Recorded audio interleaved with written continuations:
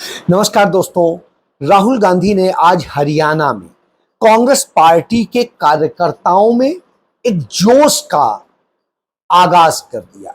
राहुल गांधी ने पूरे हरियाणा को 2 रैलियों में ही संबोधित कर दिया और स्थिति यह है कि भारतीय जनता पार्टी, नरेंद्र मोदी और उनके लोगों की इतने दिन की मेहनत पे 2 रैलियों में ही पानी फेर दिया। असंध में हो या बरवाला हिसार में, दोनों जगह उन्होंने संदेश दे दिया कि न पार्टी में कहीं कोई खटास है और न किसी की अहमियत कम हुई है। राहुल गांधी ने अदानी, अंबानी से लेके तमाम भारतीय जनता पार्टी, नरेंद्र मोदी के कुकर्मों का भी खुलासा कर दिया। जनता को वो सारी बातें दिल तक छू गई। नरेंद्र मोदी ने उन्हें बरगलाने के लिए तमाम प्रयास किए थे, लेकिन राहुल गांधी की एक बोल ने पूरे हरियाणा को मोह लिया है। नॉर्मली आमतौर से बब्बर शेर अकेला दिखता है, टाइगर अकेला दिखता है। यहां पे मतलब हजारों टाइगर एक साथ बैठे हुए हैं। कांग्रेस पार्टी के कार्यकर्ता, मोदी जी का आपने चेहरा देखा आजकल? देखा है?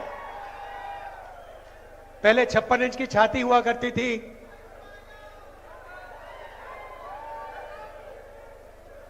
अब पहले 56 इंच की छाती, अब कहते भैया मैं नॉन बायोलॉजिकल हूं, मेरा तो सीधा भगवान से रिश्ता है, डायरेक्ट कनेक्शन है। पैनिक में आ गए, घबरा गए। जब आदमी घबराता है, उल्टी सीधी बात बोलता है। हिंदुस्तान के प्रधानमंत्री सबको कह रहे हैं कि भैया आप लोग बायोलॉजिकल, पूरा Hindustan biological, Narendra Modi non biological. आप लोग एक दूसरे से बात करो, नरेंद्र मोदी सीधे भगवान से बात करेंगे।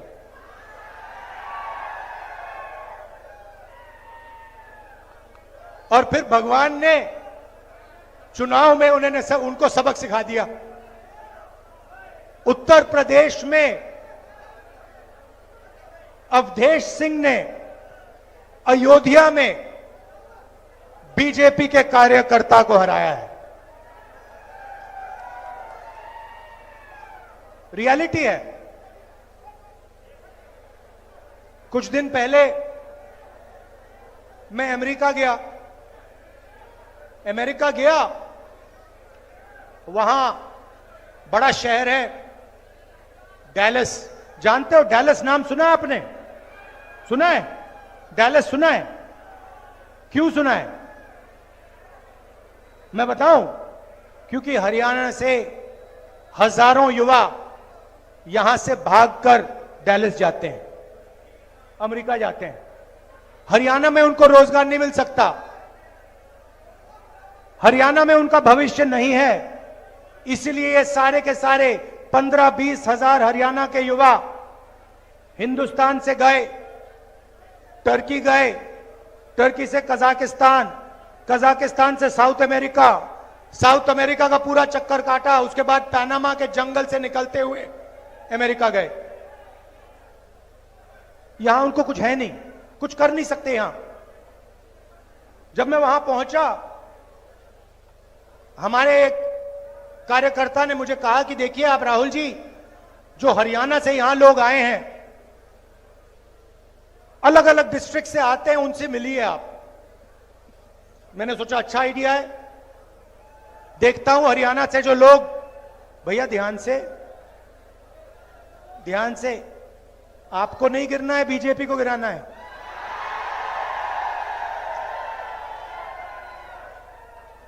जोश बहुत है अंदर, आज फुल है,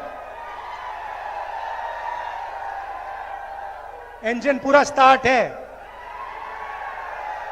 तो मैंने कहा चलो जाके मिलते हैं। गया, 15-20 लोग छोटे से घर में रहते हैं, एक कमरे में एक साथ खाना पकाते हैं, एक साथ सोते, कोई जगह नहीं। यहां से दौड़कर गए, भाग कर गए। उन्होंने मुझे बताया कि राहुल जी, समुद्र में हम गए, छोटी सी बोट में, पता नहीं था क्या होगा, डूब जाएंगे, मर जाएंगे। हमारे मित्र मरे।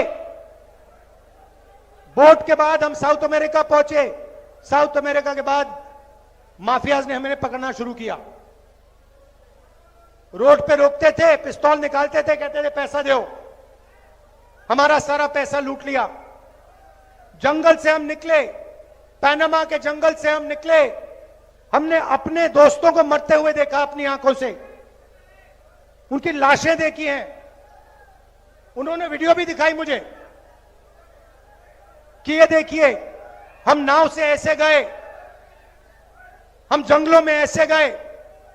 मैंने उनसे पूछा, भाई एक बात बताओ, यहां से आप अमेरिका गए, कितने पैसे लगे? कहते हैं 35 और 50 लाख के बीच में लगते हैं। मैंने उनसे पूछा, भैया आप जा रहे हो, अगर आपके पास 35 लाख रुपया है तो आपने हरियाणा में बिजनेस क्यों नहीं खोला? छोटी सी दुकान क्यों नहीं चलाई? कहते राहुल जी, हरियाणा में आज 35 लाख 50 लाख के साथ भी बिजनेस नहीं खोला जा सकता है। हरियाणा में सिर्फ बेरोजगारी है और महंगाई है। यहां पे अगर कोई युवा सपना देखना चाहता है तो सिर्फ अमेरिका का सपना देख सकता है और कोई सपना बचा ही नहीं। उन्होंने मुझे बताया। मैंने उनसे पूछा, भैया बताओ, ये 35 लाख 50 लाख रुपए आपने लिए, कहां से लिए? आधों ने कहा, राहुल जी हमने अपनी जमीन बेची। दूसरों ने कहा, हमने कर्जा लिया। किस रेट पे कर्जा लिया? 2% महीने का, 24% पर हमने कर्जा लिया। मैं सोच रहा था, हरियाणा के युवाओं के लिए बैंक के दरवाजे बंद, छोटे दुकानदारों के लिए, स्मॉल एंड मीडियम मैन्युफैक्चरर्स के लिए बैंक के दरवाजे बंद, अदानी के लिए बैंक का दरवाजा खुला। आपका कर्जा माफ नहीं हो सकता। वो जो अमेरिका गए हैं उनका कर्जा माफ कभी नहीं होगा, मगर अदानी जैसे लोगों का 16 लाख करोड़ रुपए कर्जा माफ हो सकता है। किसानों का नहीं होगा, मजदूरों का नहीं होगा, अरबपतियों का होगा। कैसा हिंदुस्तान है? जिनको जरूरत है उनको नहीं मिलता है। जिनके पास पैसे की कोई कमी नहीं है, अगर उन्हें 1 लाख करोड़ रुपए चाहिए 1 लाख दे देते हैं, 2 लाख करोड़ रुपए चाहिए 2 लाख करोड़ रुपए लो। फिर उन्होंने मुझे कहा अमेरिका में कि राहुल जी एक काम कीजिए, आप हमसे तो मिल लिए, मगर हमारे बच्चे जो हैं, हमारे परिवार हैं, वो हिंदुस्तान में है।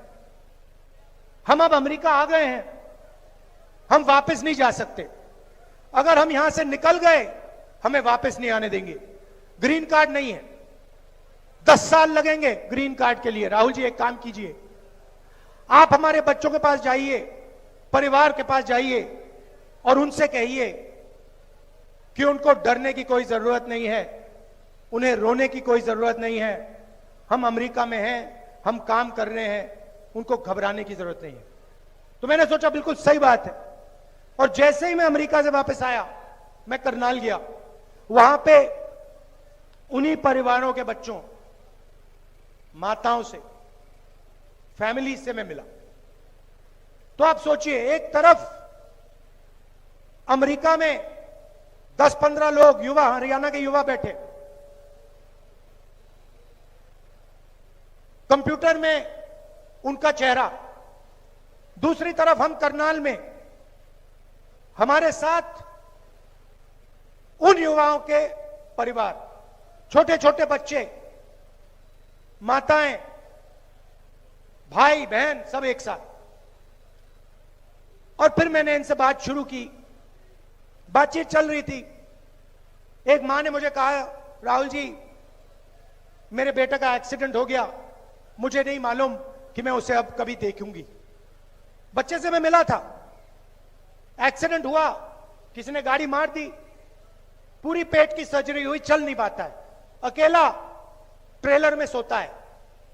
उसकी मैंने फोटो देखी ट्रेलर की, कुछ नहीं है उसके पास, और उसको आकर लोग पीटते हैं। रात को आकर उसकी पिटाई होती है। उसकी मां मुझे कहती है मैं नहीं जानती कि मैं कभी उसको देख पाऊंगी। बात चल रही है और एक बच्चा छोटा सा, नाम देव, दौड़ता हुआ जाता है और कंप्यूटर को पकड़ता है, चिल्लाने लगता है, पापा पापा पापा वापस आओ, पापा वापस आओ। रो रहा है चिल्ला चिल्ला कर। मैंने ऐसी आवाज मैंने सुनी नहीं आज तक जो मैंने करनाल में हरियाणा के बच्चे की सुनी। पापा वापस आओ। पापा देख रहा है बच्चे को, मुस्कुराने की कोशिश कर रहा है, कह रहा है कि घबराओ मत बेटा, घबराओ मत। उसके आंखों में भी आंसू हैं, वो छुपे हुए दिख नहीं रहे। बेटा चिल्ला रहा है। यह है आपका हरियाणा। बाप उधर, उसके आंख में आंसू, वो दिखा नहीं पा रहा है।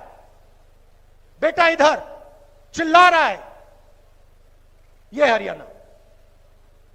यहां आपको कुछ नहीं मिल सकता। आपने 10 साल इनकी सरकार देखी है। यहां पे आजकल ड्रग्स फैल रहा है, पूरा हिंदुस्तान जानता है।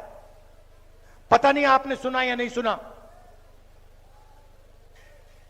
अदानी के पोर्ट में हजारों किलो हेरोइन पाया गया था। अखबार पढ़ा आपने? पढ़ा? किसी पर कार्रवाई हुई? कोई कोर्ट केस हुआ? किसी को पकड़ा गया? नरेंद्र मोदी ने कहा कि भैया अदानी के यहां पोर्ट में हेरोइन पकड़ा गया है, मैं कार्रवाई करूंगा, मैं देखूंगा हरियाणा कौन कोकेन भेज रहा है, कौन हेरोइन भेज रहा है। बोला नरेंद्र मोदी ने? क्यों नहीं बोला? क्यों नहीं बोला? क्योंकि अदानी उसकी मार्केटिंग करता है। यहां किसानों से उनका हक छीना जाता है। रोज आप मेहनत करते हो, आप प्रोडक्शन करते हो, आप देश को भोजन देते हो, आपको सही दाम मिलता है? धान के लिए, गेहूं के लिए सही दाम मिलता है? अरे भाई, किसी के जेब में तो पैसा जा रहा है ना। अगर आपके जेब में नहीं जा रहा, पैसा आसमान में तो नहीं उड़ रहा ना, किसी ना किसी के जेब में तो जा रहा है ना।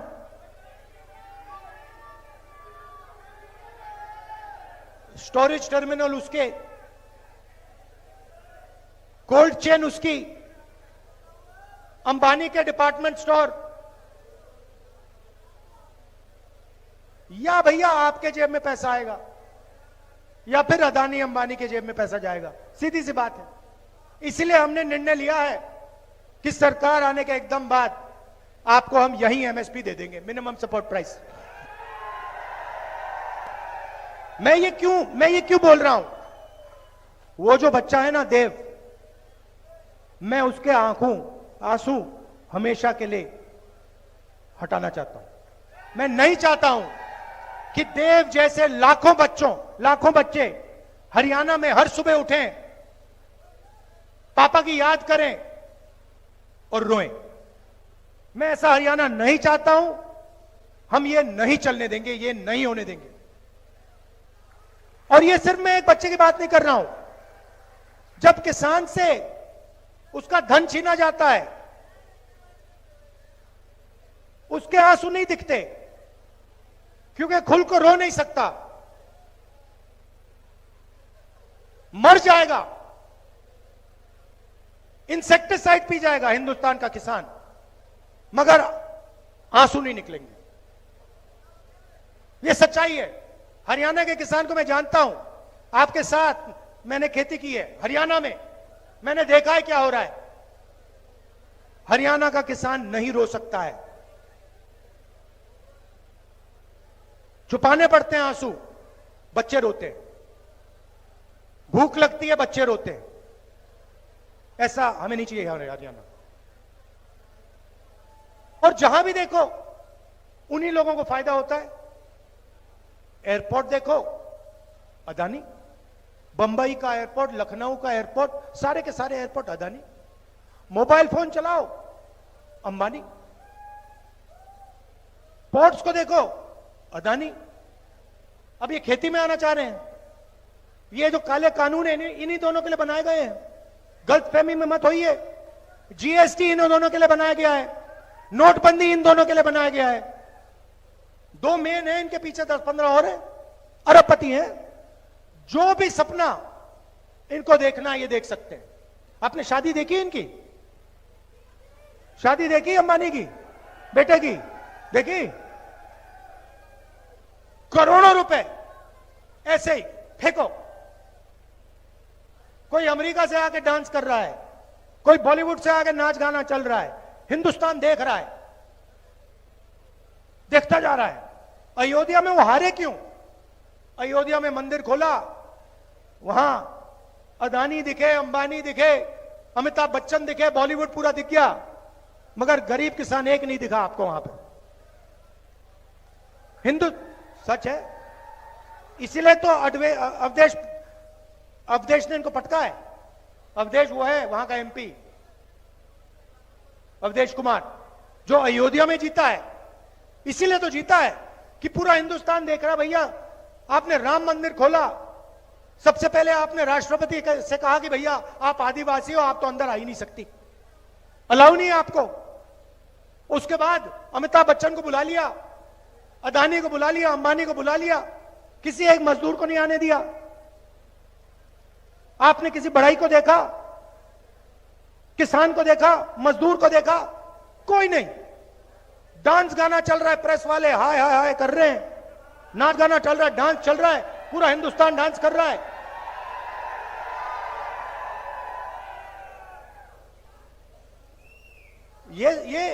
ये रियलिटी है आपकी। तो अब आप कहोगे कांग्रेस पार्टी क्या करेगी? तो मैं आपको बताता हूं। मैं शुरुआत की बात करता हूं। सबसे पहले गरीब लोगों के जेब में डायरेक्ट पैसा डालना है, सीधा। और भैया मैं आपको बता रहा हूं, ये मैंने लोकसभा में वायदा किया था। मैंने वायदा किया था कि हर गरीब परिवार के बैंक अकाउंट में, सुनो, हर गरीब परिवार के बैंक अकाउंट में मैं और कांग्रेस पार्टी इंडिया गठबंधन 1 लाख रुपए साल के अंदर डालने जा रही है। ये हमने कहा था, ये मैं छोड़ूंगा नहीं, आज नहीं तो कल। मैं बता रहा हूं, याद रखो आप, जितना पैसा इन्होंने अंबानी अदानी को दिया ना, मैं उतना ही पैसा निकाल कर हिंदुस्तान के किसानों को देने जा रहा हूं। मुझे कोई फर्क नहीं पड़ता मीडिया वाले कुछ बोले ना बोले। छोटे बिजनेस वालों को, मिडिल साइज बिजनेस वालों को, बेरोजगार युवाओं को, किसानों को, मजदूरों को, जब नेशनल लेवल पे सरकार आएगी हमारी जो आने वाली है, उसी टाइम जितना पैसा नरेंद्र मोदी ने अदानी और अंबानी को दिया है, गिनती से मैं उतना ही पैसा हिंदुस्तान के गरीब लोगों को दूंगा। मगर अब हरियाणा की बात। अब हरियाणा की जनता के जेब में डायरेक्ट हम पैसा डालना चाहते हैं।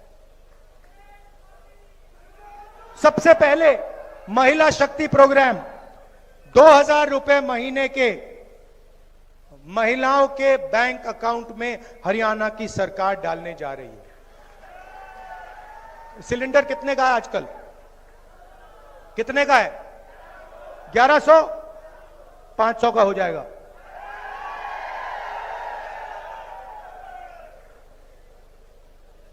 पुरानी पेंशन स्कीम ये इन्होंने आपसे छीनी, हम ये आपको वापस देने जा रहे हैं। 6000 रुपए बुजुर्ग लोगों को, डिसेबल्ड लोगों को और विधवाओं को 6000 रुपए महीने के। युवाओं को जो सरकार में 2 लाख वैकेंसीज हैं वो हम देने जा रहे हैं। मगर सुनिए, सबसे जरूरी बात सुनिए, ये जो 2 लाख नौकरियां दी जाएंगी, हरियाणा के युवाओं को दी जाएंगी, ये हर एक जात को, सबको फेयरनेस के साथ इक्वली दी जाएंगी। ये हरियाणा की हर एक जात को ये नौकरियां मिलेंगी, सबकी सबको। किसानों को मैंने कहा कि एमएसपी गारंटी करके हम आपको देंगे और जो आपका बीमा का पैसा है वो आपको 6 महीने बाद, 1 साल बाद, 3 साल बाद नहीं मिलेगा। जैसे ही नुकसान होगा उसके एकदम बाद आपको आपका बीमा का पैसा दिया जाएगा। गरीबों को 100 गज का प्लॉट 3.5 लाख रुपए 2 कमरे के घर के लिए और 300 यूनिट फ्री में बिजली, 25 लाख रुपए का हेल्थ इंश्योरेंस, जैसे हमने राजस्थान में किया था हम हरियाणा में करने जा रहे हैं।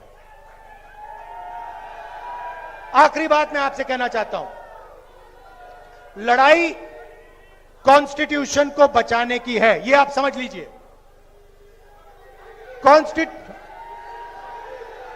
हाँ, अग्निवीर का मैं आपको 2 मिनट में समझाता हूं।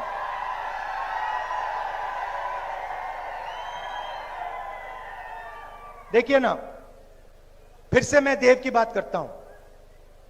वो बच्चा जो रो रहा था, वो क्यों रो रहा था?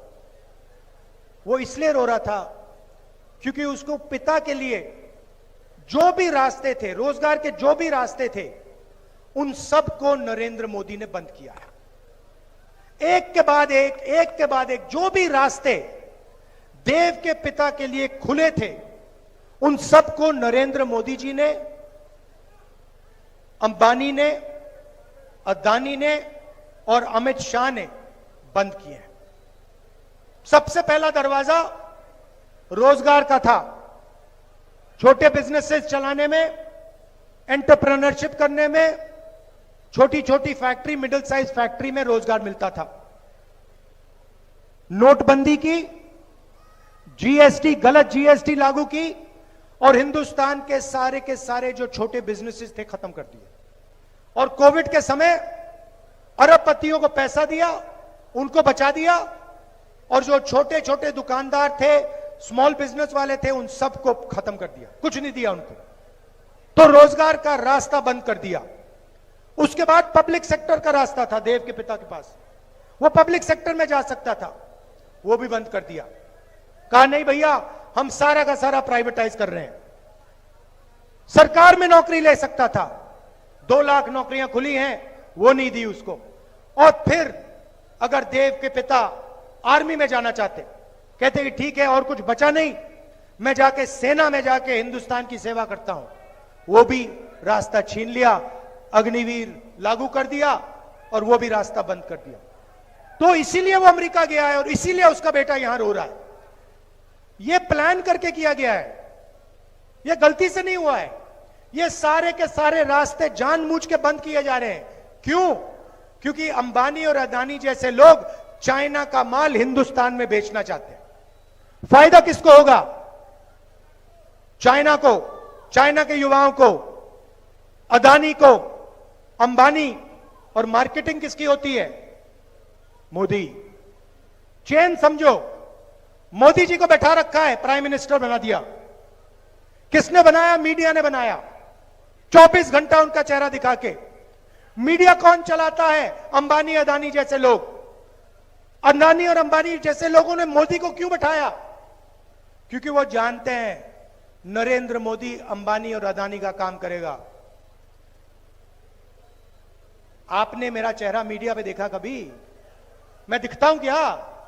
ना, मैं नहीं दिख सकता, क्योंकि वो जानते हैं जिस दिन ये जाके बैठ गया उस दिन ये गरीबों का काम करेगा, ये सारा का सारा पैसा दूसरी तरफ कर देगा। इसीलिए तो मेरे पीछे पड़े रहते हैं, इसीलिए तो हजारों करोड़ रुपए मेरी छवि खराब करने में डाले इन्होंने, क्योंकि ये जानते हैं कि ये जिस दिन आ गया, इस दिन ये सारा का सारा पैसा किसानों को, मजदूरों को, बेरोजगार युवाओं को, महिलाओं को देना शुरू कर देगा। लड़ाई है, लड़ाई है। और अग्निवीर, अग्निवीर वही चीज है। देखो भैया, सीधी सी बात है, हुआ क्या है? अग्निवीर योजना का नाम दिया अग्निवीर, मगर सच्चाई में अग्निवीर क्या है मैं बता देता हूं। सच्चाई में इन्होंने क्या किया?